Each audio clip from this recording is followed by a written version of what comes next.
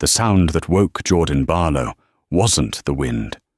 It was a low, scraping noise, like a heavy sack of grain being dragged across the gravel. She was miles from the nearest town, miles from any neighbor, and the sun was bleeding out over the painted desert. Armed with her late husband's rusty shotgun, she stepped onto the porch. There, not 20 yards from her well, lay a man. He was face down in the red dust, dressed in buckskin, his black hair matted with sweat and blood. He was a native warrior, and he was dying. Her hand tightened on the trigger. Helping him meant trouble. Leaving him meant violating her own soul. Jordan Barlow knew the rules of the high desert. You tended your own fire, you kept your water barrel full, and you never, ever invited trouble across your threshold. The man in the dust was trouble. He was Apaches, or Navajo, or one of the other tribes that the patrols from Fort Defiance warned settlers about. He was the other, the shadow in the canyons, the reason she bolted her door so tightly at night. She was alone. Her husband, Thomas, had been gone for 8 months. A riding accident, they'd said. His horse returned, but he was found at the bottom of a dry wash, his neck broken. Jordan, a sturdy woman of 30, had inherited his grit, his debt, and his suffocating isolation. She walked closer, the shotgun steady. The man hadn't moved. He was large, built with a lean power that was visible even in his collapse.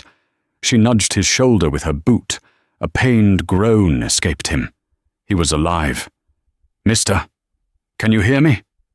No response, just a shudder that ran through his body. She saw the cause. His left side, from his ribs down to his hip, was a swollen, dark mass. It wasn't a bullet hole, it was something else. He was burning with fever, his skin radiating heat she could feel from a foot away.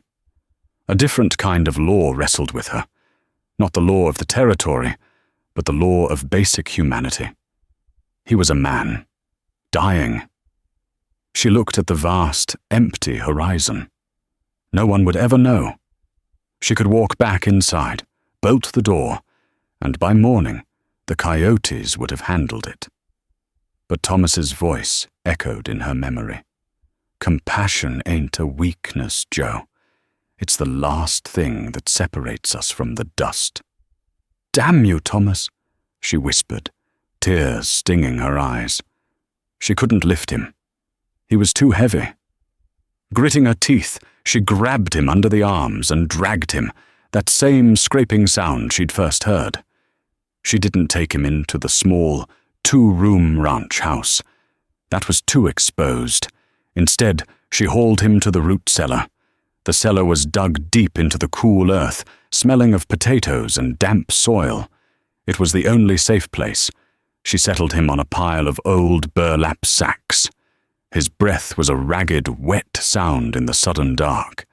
She lit a single lantern, the small flame casting huge, dancing shadows. His face, in the light, was strong, with a high brow and a nose that looked like it had been carved from stone. He was younger than she first thought, perhaps her age. He was unconscious, his body locked in a violent shiver. Jordan fetched her supplies, a bucket of precious well water, clean rugs, and her medicine box. This was the box Thomas had helped her fill. He'd had a strange interest in local herbs, things he'd learned from, well, she'd never been sure from who. He'd called them gifts from the earth. She soaked a rag and bathed his face. His skin was fire. She looked at the wound. It was a small, puckered hole, the flesh around it swollen and turning a sickly black. "Poison," she breathed. "A snake? A poisoned arrow?" She worked through the night. She boiled water and steeped willow bark, forcing the bitter tea past his clenched teeth. She cleaned the wound as best she could, her stomach churning at the smell. All the while, the man remained silent, lost in the inferno of his fever. She was tending a ghost, a warrior who could, if he woke, kill her with his bare hands. She was hiding him in the dark, under her own house, while the empty desert outside kept its secrets. The first night passed, and Jordan Barlow had crossed a line. There was no going back. For 3 days, the warrior was more idea than man. He was a vessel for the fever, a body she struggled to keep tethered to life. Jordan's world shrank to the dimensions of the cellar. She slept in a chair near the door, the shotgun always within reach. She worked his limbs to keep them from stiffening. She forced water and broth between his lips, and she applied poultice after poultice to the poisoned wound. The poison was virulent. The blackness spread, a dark spiderweb under his skin. But the man was a fighter. His heart, though hammered by the fever, beat with a stubborn, powerful rhythm. In his delirium, he spoke. Not English. It was a language she had never heard, a cascade of soft vowels and sharp, guttural stops. The words were meaningless, but the tone was one of command, of pleading, of deep, profound responsibility. He wasn't just a warrior. He was someone important. On the second night, he'd thrashed violently, his eyes open but unseeing. He'd grabbed her wrist, his grip like a steel trap, even in his weakness. They wait for the water. Shadow. The English words were slurred, broken, but clear. Then he collapsed back into the fever, leaving Jordan trembling. Water shadow? What did it mean? She spent her few moments above ground, in a state of high alert. Every dust devil on the horizon was a rider. Every hawk's cry was a signal. She tended her chickens and her horse, Rusty, with a frantic, jerky energy. She was hiding a secret that could get her killed. The U.S. Marshals wouldn't care that she was saving a life. They would only see that she was harboring a hostile. In the dim lantern light of the cellar, she studied him. He had a scar on his jaw and another that cut through his left eyebrow. His hands were calloused and scarred. But it was the totem she found that held her attention. It was in a small leather pouch on his belt, which she'd removed. It was a small, smooth piece of obsidian carved into the shape of a wolf's head. The craftsmanship was exquisite, detailed, and felt warm to the touch.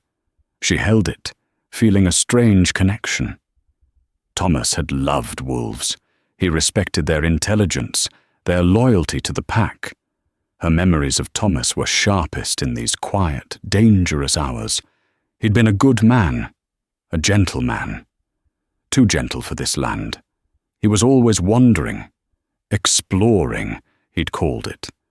He'd come back with strange plants, with sketches of petroglyphs he'd found in hidden canyons. He'd often talked about the old ones, the people who lived in the cliffs. She'd dismissed it as romantic nonsense. Now, looking at the warrior's face, she wondered. Had Thomas met his people? Was that where he learned about the willow bark? The riding accident had always felt wrong. Thomas was a superb horseman. He knew this land better than anyone. But Gideon Shaw, the man who owned the massive Esbar ranch that bordered her property, and who basically owned the town and the local law, had been the one to find the body. He'd brought Thomas home himself, laid him on their bed, and offered Jordan his deepest sympathies and a paltry sum for her land. She had refused. On the third day, the fever broke. The warrior's shivering stopped. The blackness on his side had receded, leaving a deep, raw wound. But it was clean. Jordan was exhausted, slumped in the chair, when a sound made her jump. A whisper. Water. She looked up. The warrior was awake. His eyes were open, and they were fixed on her. They were not the hazy eyes of a sick man. They were dark, piercing, and utterly, terrifyingly lucid. He was silent, judging, and she was alone with him in the dark. Jordan's heart hammered against her ribs. The shotgun was on the floor, 3 feet away. Too far. The warrior, Nashoba. She'd decided to call him that in her mind, after the wolf totem. Didn't move. He just watched her. She slowly reached for the canteen, her hand trembling. She uncorked it and held it out. He took it with a steady hand, his eyes never leaving hers. He drank, long and deep. He was appallingly weak. She could see the effort it cost him. But his will was a physical force in the small room. He finished, corked the canteen, and handed it back.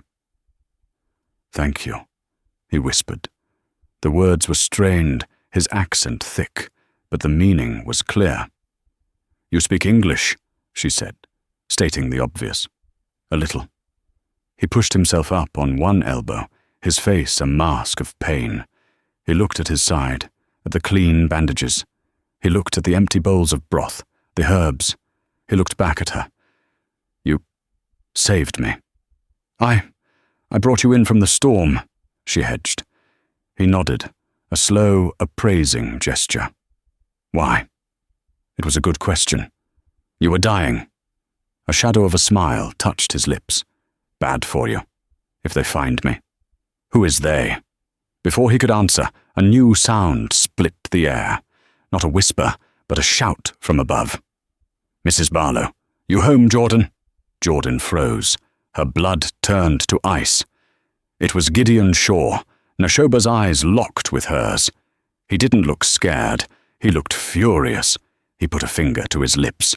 Then, with a speed that belied his condition, he grabbed a discarded filthy bandage from the floor, dipped it in the dregs of the willow bark tea, and held it to his own mouth, his face contorting. "Jordan, I know you're in there." The heavy thump of boots on her porch. "Go," Nashoba whispered, his voice urgent. He pointed at the cellar door. Jordan scrambled up the steps, her mind racing. She shoved the heavy door closed, threw the rug over it, and moved a chair on top, hoping it looked natural. She ran a hand through her disheveled hair and opened the main door. Gideon Shaw stood on her porch, flanked by his foreman, Hank, and the town's deputy, a nervous young man named Miller. Shaw was a big man, handsome in a predatory way, dressed in an expensive suit that looked out of place against the dust. He smiled, but it never reached his cold blue eyes. "Jordan, my dear, you look flustered." "A hard morning." "Mr. Shaw." "Deputy." She wiped her hands on her apron, forcing a calmness she didn't feel. "What can I do for you?" "Just a neighborly visit," Shaw said, his gaze sweeping past her, cataloguing the small, clean room. "We're tracking a renegade, a particularly violent one, stirring up trouble. You haven't seen anyone unusual, have you? A stray, let's say." "No, sir. No one but you." Shaw's smile tightened. He stepped closer, invading her space. "It's a dangerous thing, a woman alone out here. This renegade is from that hidden tribe up in the high canyons, the echoing river folk. Vicious, they say. He's their protector, or so the legend goes. Poisoned one of my best men last week with a dart. Just pfft, dead in minutes." Jordan's mind flashed to the wound. Poison, not a snake. A dart. "That's terrible," she managed. "Indeed." Shaw's eyes landed on her medicine box, which she'd foolishly left on the table. He picked up a small bundle of dried willow. "You've been busy. Someone sick?" Jordan's breath caught. I've had a fever myself, just a cold." Shaw sniffed the herbs. "This is a powerful mix, almost like the kind Thomas used to collect." He dropped the herbs, his gaze hardening. "I'm offering a $500 bounty for this man, dead or alive. That's more than this ranch is worth, Jordan. Think on that." He turned to leave, then paused, as if struck by a thought. "Oh, and Miller here," he said, gesturing to the deputy. "He found a single moccasin print down by your well. Strange, isn't it?" After that big dust storm, too. Almost fresh. He tipped his hat, the gesture a mockery of politeness. You be careful, my dear. We'll be back. Jordan watched them ride away, her legs shaking so badly she had to grip the doorframe. The trap was set. Shaw hadn't been asking. He'd been telling her. He knew. She turned and stared at the rug covering the cellar door. She wasn't just hiding a man. She was hiding the one man Gideon Shaw wanted dead. Jordan secured the main door and ripped the rug off the cellar entrance. She descended the steps, her heart a cold knot of dread. Nashoba was sitting up against the wall, his face pale but set like granite. He'd heard everything. Gideon Shaw, he said. The name sounded like a curse on his tongue. He knows you're here, Jordan said, her voice shaking. He said you poisoned one of his men. Nashoba's dark eyes flashed. He lies. He pointed to his own bandaged side. His man shot me. With this. He gestured, mimicking a small puff of air from a blowgun. They hunt my people. They try to find our home. The echoing river. Why? Water, Nashoba said, the same word from his delirium. Our valley has water. A river that never runs dry. Shaw wants it. He wants to graze his cattle, to own the water. If he owns the water, he owns this entire territory. He said you were their protector. Nashoba looked down at his hands. For the first time, Jordan saw not a warrior, but a man carrying an impossible burden. I am the last who knows the high passes, the last who can fight. He looked at his wound. And I have failed. You're not dead yet, Jordan said, the sharp, practical words cutting through his despair. He looked at her, a new respect in his eyes. No, not yet. For the next 2 days, a strange, silent alliance formed in the cellar.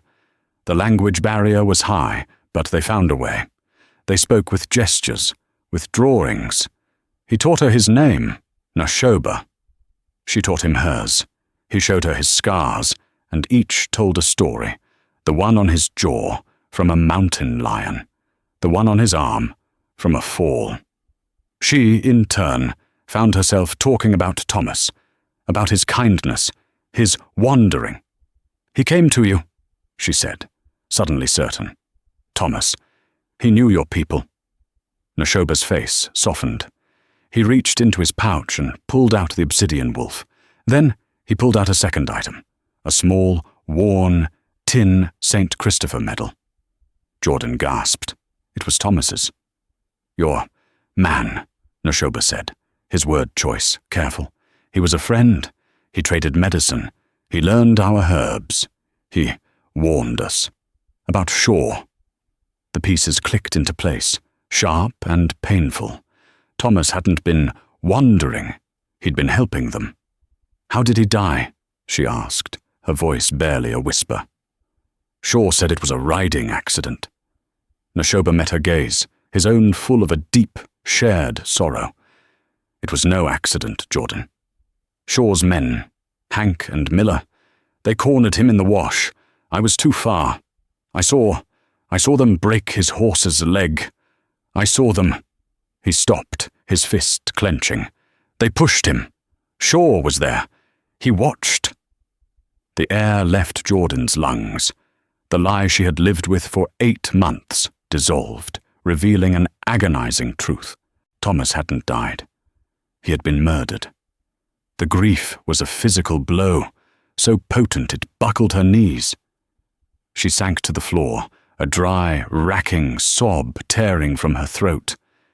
This wasn't about a stranger anymore. This wasn't about mercy. This was about vengeance. Nashoba watched her, his expression unreadable. He let her grieve for a moment, then he put his hand on her shoulder. It was a heavy, grounding touch. We fight him, he said, not as a question, but as a statement. Jordan looked up, her eyes burning with a new, cold fire. The tears were gone. The fear was gone, replaced by a brittle, diamond-hard rage. "No," she said, her voice raw. "We end him." She stood up. Her entire demeanor changed. She was no longer a widow, hiding. She was a woman with a debt to collect. "He'll be back," she said. "He won't wait long. He'll come to kill you and take my land." "He will try. He'll bring Miller and Hank, maybe more. We're two people. One of us is wounded." Nashoba stood, wincing, but rising to his full height. He was still weak, but the fever was gone, and his strength was returning with every hour. He picked up a burnt stick from the floor where she'd once had a small warming fire. On the packed dirt of the cellar floor, he began to draw. He drew her house, the well, the barn. Then he drew the small canyon behind her property. "The water shadow," he said, pointing to the canyon. "What is it?" "A place," he said, drawing a narrow slit in the rocks. "At sunset. The sun. It makes a shadow. The shadow points to the only way into our valley." "Sure." He searches for it. He knows it is near here. "He thinks you'll run for it," Jordan realized. "Yes. He will send his men to the canyon, to wait for me. So you'll go the other way." Nashoba shook his head. He pointed at the drawing of the house. Then he pointed at himself. "I do not run," he said. He looked at her, his eyes asking the most important question of her life. "You?" Jordan went to the cellar wall and took down Thomas's rifle. She checked the action. It was clean. She had kept it oiled. "I don't run either," she said. "They're coming for a fight. Let's give them one." They had one day. Less, perhaps. They had until Shaw's impatience overcame his caution. The cellar, once a refuge, was now a war room. The packed dirt floor became their map, the burnt stick Nashoba's pointer. He was a changed man. The fever was gone, and while his body was still weak and his side radiated a dull, pulling agony, his eyes burned with a clear, tactical fire. He was no longer a patient. He was a general. "He will split them," Nashoba stated, his voice a low rasp. He sketched the outline of Jordan's small ranch, the house, the barn, the well. Then, with a heavier line, he drew the jagged mouth of the canyon, a half-mile distant. He is arrogant, this Shaw, but he is not stupid. He tapped the canyon drawing. "This is where he thinks I will go, the water shadow. He knows it is the way to my people. He will send a man there, to wait, to kill me when I run." "Miller," Jordan said, the name tasting like ash. "He'll send the deputy. The law." Nashoba nodded, his expression grim. "Yes, the weak one, to guard the path. Shaw will keep his dog, Hank, with him. They will come here." He tapped the drawing of the house. "He thinks you are a weak woman. He thinks I am a dying animal in a hole. He will come to flush me out."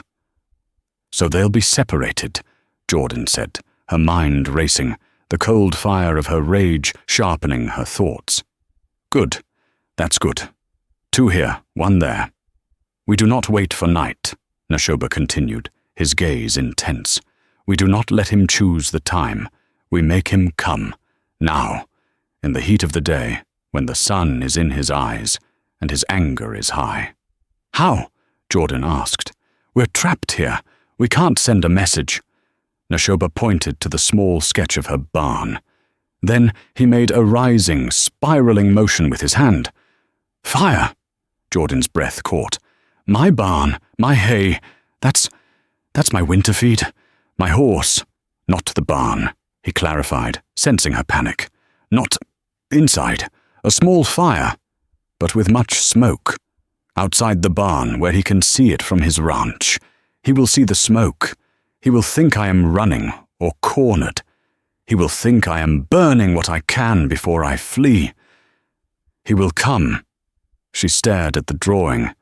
He was asking her to burn her own security, the very symbol of her struggle to survive here. The hay was her survival. But then, the image of Thomas's body, broken in the dry wash, flooded her mind. What was survival if not this? What was justice? A little fire, she agreed, her voice hard. They moved. Nashoba assessed her small home with a critical eye. He ran his hand along the thick sod walls, the deep-sunk windows. "Good," he grunted. "Strong." He pointed to the small, west-facing window in her main room, the one that looked out over the well, and, in the distance, the canyon mouth. "Here," he said. "You will be here. With the rifle. You will see Miller. And I shoot him." Her voice was steady. Nashoba paused. "No, not him. His horse. Miller, his heart is weak, not black. I have watched them. For many moons. He follows. He does not lead. A man with no horse, in the sun, a half mile from his friends. He is a man with no power. He will be out of the fight." It was brilliant, humane, but utterly practical. "And Shaw? And Hank? They are mine," Nashoba said.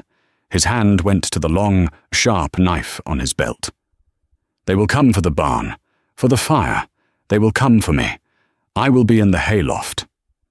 With me in the house and you in the barn. We'll be separated," she said, a new fear creeping in. "Yes, they will be too."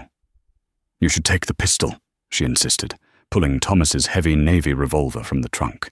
"It's more." He looked at the gun, then back at her. He shook his head. "No. Too loud. It tells them where I am. This—" He tapped the hilt of his knife. "This is quiet." Jordan gathered her meager arsenal, the rifle and 12 rounds, the pistol and the 6 shots in its cylinder. It wasn't much. It was barely anything. It would have to be enough. She looked at Nashoba, who was leaning against the wall, gathering his strength for the ordeal to come. "Nashoba," she said, the name still feeling new on her tongue. "After this, if we live, what happens?" He paused, his gaze distant, as if looking through the cellar walls toward the high, hidden canyons of his home. "I go to my people. I show them a new path, the water shadow. It is not the only way. Shaw taught me that. Taught me that a secret path is a trap if your enemy knows it. I will find a new way for them." He looked at her, his eyes unreadable but heavy with a shared understanding. "And you will be free." Free. The word hung in the damp air. Free from Shaw, free from the debt, free from the lie of her husband's death, free from the fear. It was time. Jordan moved with a frantic, precise energy. She dragged 2 old, mouldering burlap sacks and the splintered remains of a broken wagon wheel to the back of the barn, where they would be hidden from the house, but the smoke would be visible for miles. She fetched the kerosene. Her hands trembled as she uncorked the can. The sharp, chemical smell filled her nose, mingling with the sweet, dusty scent of the hay inside the barn. She hesitated. He was a good man. Her hesitation vanished. She doused the pile, not with a little kerosene, but with half the can. She wanted a beacon. She wanted smoke so black it would blot out the sun. Nashoba was already inside the barn, a shadow moving toward the loft ladder. He paused, looked at her. He didn't speak. He just nodded, once. Then he vanished into the darkness above. Jordan ran back to the house, her boots pounding the packed earth. She bolted the heavy door, dropped the crossbar into place. The sound was horribly final. She ran to the west window, her heart a cold, hard knot in her chest. She laid the rifle on the sill, the worn wooden stock cool and familiar against her cheek. She slid around into the chamber. And then she waited. The silence was the worst part. The small house was stuffy and hot, every sound magnified. the tick of the cheap clock on the mantel, the buzzing of a fly against the glass, her own breathing, shallow and fast. She struck the match. She watched the smoke begin to curl, thin and white, then thick and oily black as the kerosene caught. It rose, a greasy column against the pale, unforgiving blue of the sky. She didn't have to wait long. She saw the dust first, a faint plume on the eastern horizon from the direction of Shaw's S-Bar ranch. It grew, separating, solidifying. 3 riders, coming hard, just as Nashoba had predicted. Her heart hammered against her ribs. The plan was in motion. They didn't slow.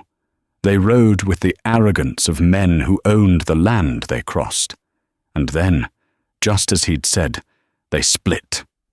One rider, Miller, peeled off from the group, his horse veering south toward the canyon mouth. He was obeying his orders, going to cut off the escape route. The other 2, Shaw and Hank, spurred their horses directly toward the house and the smoking barn. They reined in, their horses rearing, creating a cloud of red dust. Shaw, magnificent in his fury, his face crimson, stared at the smoke, then at the silent house. "Jordan," he bellowed, his voice a roar of absolute authority. "You are harboring a fugitive. Send him out, or we burn this house to the ground." Jordan's hands were sweating on the rifle. She lined up her shot. Not at Shaw, not at Hank. She fixed her gaze on the distant figure of Deputy Miller, who was just reaching the canyon. "He's not here, Gideon," she shouted back, her voice high and thin, exactly as a terrified widow's should be. "Liar!" Hank yelled, dismounting, his pistol already in his hand. He pointed at the smoke. "The barn's on fire. He's in there, or he's trying to smoke us out. He's cornered." "Hank, you check the barn," Shaw commanded, his eyes, cold and blue, fixed on the house. He trusted no one. "Find the savage. Kill him if you have to. I'll deal with the widow." "My pleasure," Hank snarled and ran toward the barn. Shaw dismounted, swaggering toward her front door. "Last chance, Jordan. Open this door." He was 10 yards away. Jordan ignored him. She breathed out, just as Thomas had taught her. She saw Miller, a small figure now, dismounting at the canyon mouth, tying his horse to a scrub bush. She led the shot, just a fraction. She aimed for the horse's shoulder. She squeezed the trigger. The crack of the rifle was deafening in the small room. A half-mile away, Miller's horse screamed, a high, piercing sound that cut across the prairie. It reared, then collapsed, its front leg folding. Miller was stranded. The plan had worked. "Fool!" Shaw roared, his arrogance vanishing in a split second of shock. He dove for cover behind her water trough as Jordan worked the bolt, ejecting the casing. "She's armed." But Shaw's yell was cut short. A new sound split the air. It wasn't a gunshot, it was a scream. It was a raw, choked sound of agony, cut off as if by a knife. It came from the barn. "Hank!" Shaw yelled, his voice suddenly losing its confidence. He scrambled behind the trough, his own pistol now in his hand. "Hank!" Silence. Then a heavy, sickening thud, as if a heavy sack of grain, or a body, had fallen from the hayloft to the dirt floor below. Jordan's heart leaped. Nashoba had struck. One down. Gideon Shaw's arrogance evaporated, burned away by the deafening silence from the barn. He was trapped, and he knew it. The splintered wood of the water trough, his only cover, dug into his palms.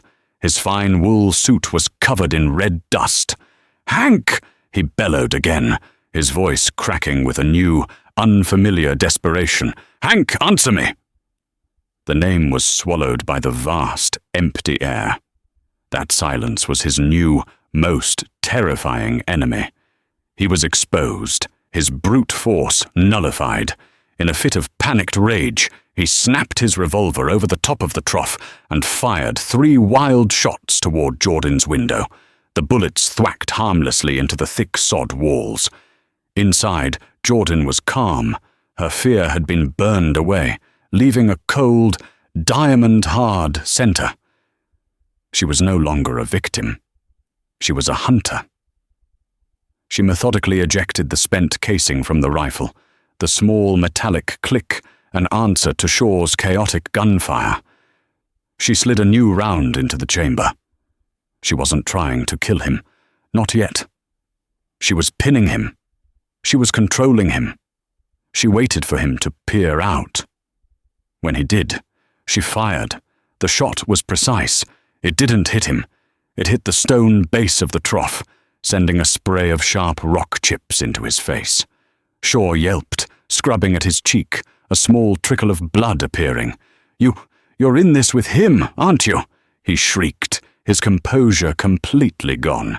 He was baffled, outraged that his power had vanished. "You worthless!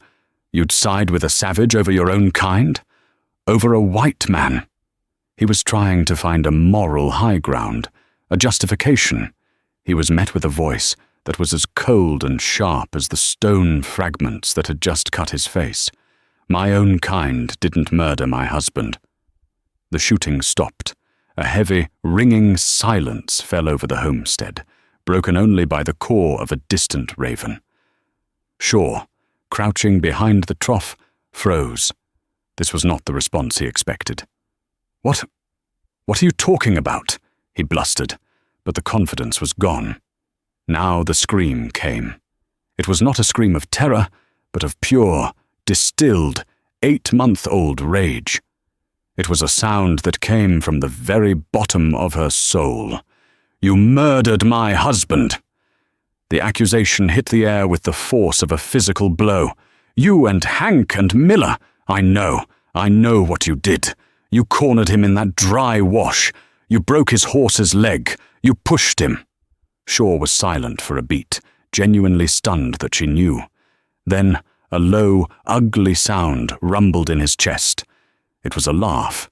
It was a dry, rasping, hateful sound. "He was a fool!" Shaw snarled, his rage returning, but this time it was laced with the venom of a confession. He was no longer pinned. He was gloating. "A bigger fool than you are, you grieving bitch!" He thought his little secrets were safe. He was a traitor to his own race, giving them food, warning them, trying to stop me. He got what he deserved.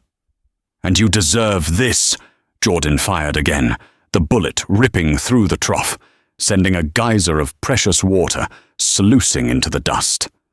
It was then that a new sound joined the confrontation, the desperate, pounding footsteps of a man running hard.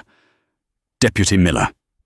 He burst into the homestead, his hat gone, his face a pale mask of sweat and dust. He was panting, his rifle held loosely in his hands. He'd run the entire half-mile from the canyon mouth, drawn by the gunshots, terrified of what he would find. He skidded to a stop, his eyes wide, looking wildly from Shaw, his boss, his source of power and fear, to the house, the source of the gunfire. Shaw saw him not as a man, but as a tool, a solution. "Miller," he bellowed, his old authority returning. "Get over here, you idiot! Get in the house! Get her! Shoot her!" Miller flinched, but he didn't move. He was staring at Shaw, his chest heaving. He had heard the yelling. He had heard everything. "Mr. Shaw, what's going on?" he stammered, his voice thin. She said you killed Thomas Barlow." It was the ultimate insubordination. Shaw's face contorted with pure fury. He had been defied by a widow, and now by his own puppet. "Shut up and do your job," Shaw roared. "I give you your orders. She's harboring a wanted killer. Shoot her." I can't, Mr. Shaw," Miller whispered, his eyes filling with tears of terror. "She's a widow. I heard what you said." "You'll do as you're told," Shaw screamed, making his final fatal mistake. "You'll do as you're told, or you'll end up in a dry wash just like Barlow did." The threat, so blatant, so careless, was the confession Miller needed. His face crumpled. "So it's true, you did it." "Oh God, you really did it." "I did what was necessary. He will not." The new voice cut through the air, low and steady. It came from the barn. Every head turned. Standing in the deep shadow of the barn entrance was Nashoba. He was a terrifying sight. He was smeared with dust, hay, and his own blood, the dark stain on his side having spread. But he stood tall, his breathing ragged but controlled. In his right hand he held his long, heavy knife. It was dark and wet. Shaw's world collapsed. He was truly, utterly trapped. His head whipped around, and he raised his revolver, his thumb pulling the hammer back on pure instinct. Click, the sound was tiny, but it was the loudest sound Shaw had ever heard. Click. Click. Empty. His face went chalk white. He was defenseless. The front door of the house burst open. Jordan stepped onto the porch. She was no longer hiding behind a window. She held the heavy navy revolver in both hands, her arms steady, the barrel aimed squarely at Shaw's heart. "It's over, Gideon." The geometry was complete. Shaw was in the dust. Nashoba was at the barn. Jordan was on the porch. And Deputy Miller, the weak link, the wild card, stood 20 yards away, his rifle wavering. Shaw looked at the three of them. His calculating, predatory mind raced, looking for an exit, for a weakness. He settled on Miller. "Miller." Shaw's voice was a low, threatening growl. He was trying to reclaim his power, to spin the fear one last time. "Put the gun down. Think about your job. Think about your family. Put it down." Miller was trembling. He looked from Shaw to Jordan to Nashoba. He looked at the smoking hole in the water trough, at the dust, at the body of his own authority, dead and hollow. He took a shaky breath, and he centered the rifle, not on Jordan, not on Nashoba, but directly at Gideon Shaw's chest. "No, sir," Miller said, his voice surprisingly steady, though his body shook. I reckon I'm placing you under arrest for the murder of Thomas Barlow." For a second, Shaw just stared. Then he threw back his head and laughed. It was a high-pitched, hysterical, broken sound. You, he cackled. "You couldn't arrest a drunk vagrant, you sniveling, pathetic coward." With a speed that defied his size, Shaw acted. He didn't surrender. He didn't beg. He attacked. He hurled the heavy, empty pistol by the barrel directly at Miller's face. It was a pure, desperate reflex. Miller flinched, throwing his arm up to block it. And in that single, vital second of distraction, Shaw moved. "The shotgun!" Jordan screamed, her blood running cold as she realized his plan. Shaw wasn't running away. He was lunging past the porch toward the one weapon he knew was there, the rusty shotgun she had left by the door hours ago, a lifetime ago. He scooped it up in one fluid, terrifying motion. He was fast, faster than she could have imagined. Miller, recovering from the thrown pistol, fired his rifle, but the flinch had ruined his aim. The shot went wide, splintering a porch post by Jordan's head. Jordan screamed and fired the revolver. But Shaw was a moving target, the bullet kicking up dust at his feet. Shaw spun, bringing the double-barrel shotgun to his shoulder. He had them. He had the power back. He had a choice to make. He didn't aim at Miller, the traitor. He didn't aim at Jordan, the source of his humiliation.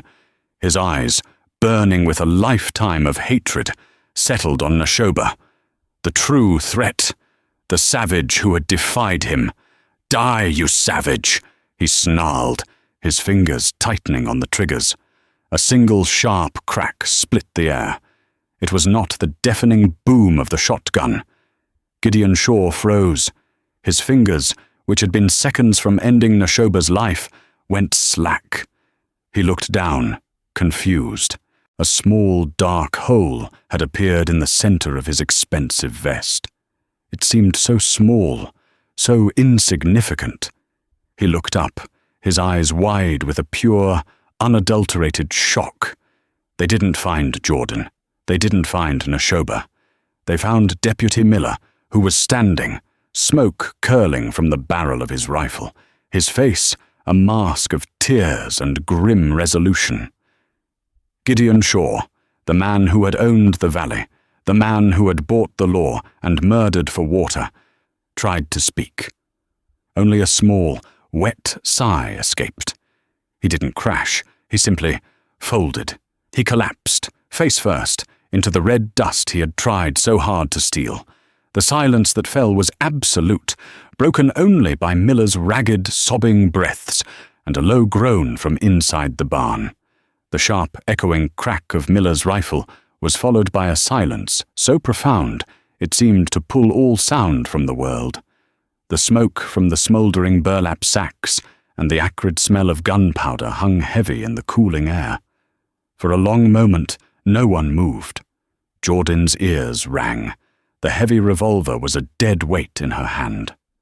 Gideon Shaw, the man who had been a looming, predatory shadow over her life, lay still in the red dust. His reign ended by the very man he had controlled through fear. Deputy Miller was trembling so violently he nearly dropped his rifle. He stared at Shaw's body, his face a mask of pale, sickly horror. From inside the barn, a raw groan broke the spell. "Hank!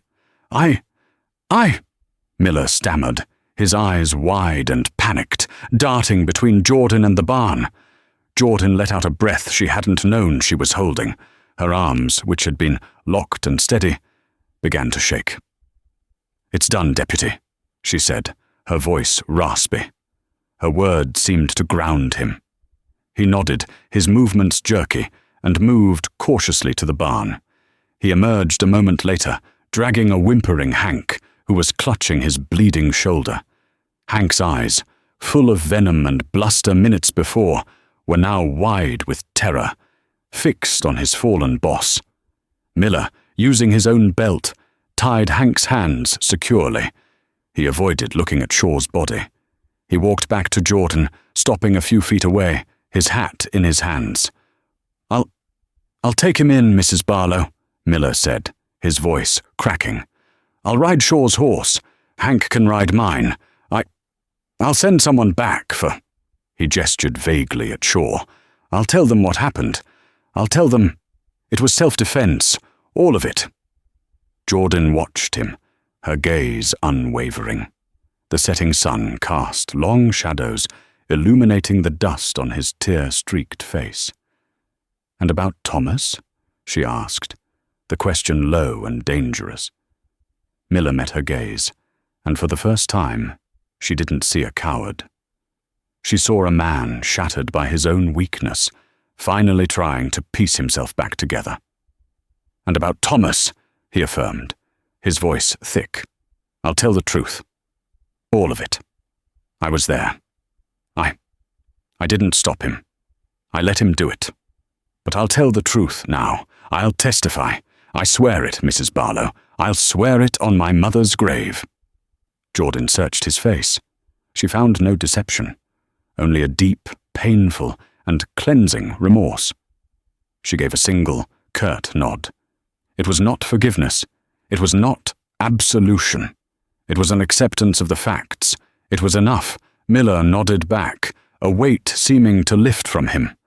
He turned, hauled Hank onto one of the horses, and mounted the other. He rode away without looking back, a small dust cloud on the horizon, moving toward the town that was about to be irrevocably changed. Jordan turned. Her eyes found Neshoba. He was leaning heavily against the barn wall, his face pale and slick with sweat. The dark, wet stain on his side had grown alarmingly. The fight, the sudden, violent movements, had cost him. She walked to him, the exhaustion of the past week crashing down on her.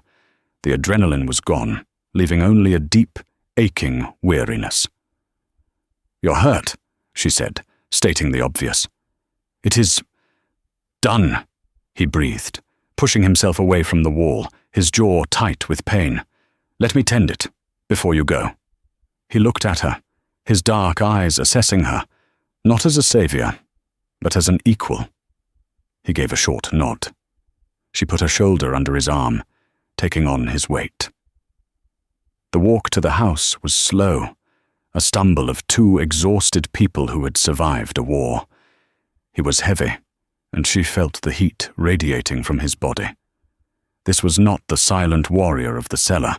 This was a man, wounded and spent. She didn't take him to the cellar. That place was for hiding. She kicked open the front door and led him into her kitchen. She sat him at the table, the same table where she had eaten alone for 8 solid months, the same table where Thomas used to read to her. The contrast of the simple domestic room with the blood and violence was jarring. She bolted the door. Then she moved with practiced efficiency. She stoked the fire, put a kettle on to boil, and retrieved her medicine box. They worked in a shared, profound silence. The only sounds were the clink of glass bottles, the sizzle of the fire, and Nashoba's sharp, controlled breathing. The sun was setting, filling the kitchen with a deep, golden red light. The water shadow would be appearing in the canyon, a secret path to a hidden home. But it no longer mattered. The threat was gone. She cut away the ruined bandages. The wound was raw and torn open, bleeding sluggishly. "This will sting," she said. "Do it." She cleaned the wound with antiseptic, her hands gentle but firm. He never flinched, but a single bead of sweat rolled down his temple. His stoicism was a shield, but she could see the exhaustion in the lines around his eyes. She packed the wound with fresh herbs and bound it tightly with clean linen. This time, she knew, it would hold. When she was finished, she poured him a cup of water, her hand brushing his as he took it. A simple touch that seemed to convey everything they couldn't say. He drank, then stood, his movements stiff. He looked around the small, clean room, his gaze lingering on a framed picture of her and Thomas, smiling on their wedding day. Thomas. He was a good man, Nashoba said, his voice low. He was a friend to my people, a friend to me. Yes, he was, Jordan replied, her throat tightening. Nashoba reached into the small leather pouch on his belt. He pulled out the obsidian wolf, its polished surface catching the last light of the dying sun. He held it out to her, palm up. "No, I can't," she said, shaking her head. "It's yours. It's your people's. You're their protector." "A protector needs a pack," he said, his gaze intense. He took her hand, which was still rough and stained from cleaning the rifle, and firmly closed her fingers around the smooth, warm stone. "You are Nashoba, too." Her breath caught. She stared at the totem, the weight of it heavy and real in her palm. A protector. He then reached into the pouch a second time and pulled out the small, worn tin medal. He didn't offer it to her. He simply placed it on the table, next to the empty water glass. Thomas's St. Christopher medal. It was home. "This belongs here," he said, with his home. Tears she hadn't known were left, welled in her eyes. She picked up the metal cool against her skin. She slipped the broken chain over her head, the medal falling to rest against her collarbone. A piece of her husband returned. Nashoba walked to the door and unbolted it. He paused in the frame, looking back at her. The kitchen was in shadow now, but her face was illuminated by the twilight. No words were adequate. He didn't say thank you or goodbye. He simply raised his hand, his palm open, a sign of peace, of respect, of a debt paid in full. Then he was gone. Jordan stepped onto the porch. She watched him move, not toward the canyon, but east toward the rising moon. He did not limp, though she knew he was in pain. He moved with that same fluid, purposeful grace, his form blending into the landscape, becoming just another shadow. And then, nothing at all. She was alone again. The homestead was utterly quiet. Gideon Shaw's body still lay in the dust, a dark shape near the water trough. But Jordan Barlow didn't feel alone. She felt anchored. She was no longer a victim, waiting for the next bad thing to happen. She was no longer just a widow, haunted by a past she couldn't understand.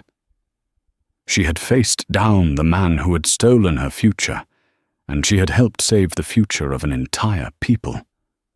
She clutched the obsidian wolf in her hand, its edges sharp and grounding. She could feel the cool metal of Thomas's medal against her skin. She looked out at the vast, darkening desert. It was still a hard land, a merciless land. But for the first time since Thomas died, it felt like hers. It felt like home. The story of Jordan Barlow and the silent warrior she nursed back to health is a testament to the fact that true courage often lies hidden in the most isolated of places. It's a powerful, real-life drama that shows us how one act of compassion, one decision to help a stranger, can unravel a web of lies and deliver a justice the law never could. Jordan wasn't just healing a man. She was healing herself and reclaiming her own life from the men who thought they could take it. Her story proves that the strongest protectors aren't always the ones with the loudest voices or the biggest guns. Sometimes they are the ones with the quietest resolve and the deepest sense of right and wrong. Thank you for watching this incredible story. If you were moved by Jordan's bravery and Nashoba's resilience, please show your support. Hit that like button, share this video with someone who needs to hear a story of true courage, and be sure to subscribe to the channel for more real-life dramas just like this one. Your support allows us to keep telling these important stories. We'll see you in the next video.